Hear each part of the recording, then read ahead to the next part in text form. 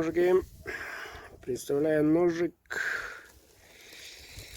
который в представлении не нуждается. Бычий хвост, конский волос, рукоятка березы в светлом исполнении. Вот такой вот красавчик.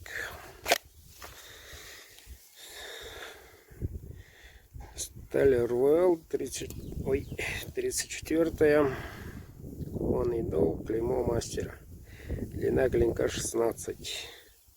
Вот столько здоровый, мужики, здоровый. Ну что, честно скажу, в природе я взял, тестировал как следует, применил по назначению.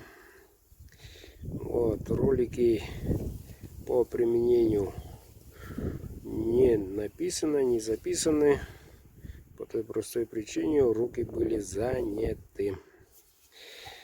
Так, насчет еще несколько открытий насчет стали РВЛ хочу сказать. Лезвие режущее грызается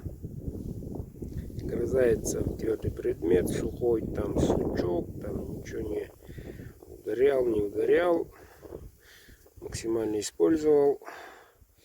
И особенно гибкость очень радует. Гибкость. Поэтому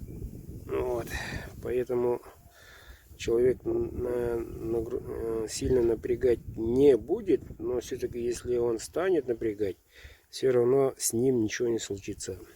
Будет пружинить. Вот так. А в использовании разделки плавает, ребята. Плавает. Еще раз в этом я убедился.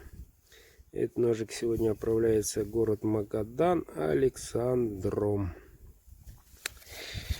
Вот. Так что, ребята, можете охотно заказывать.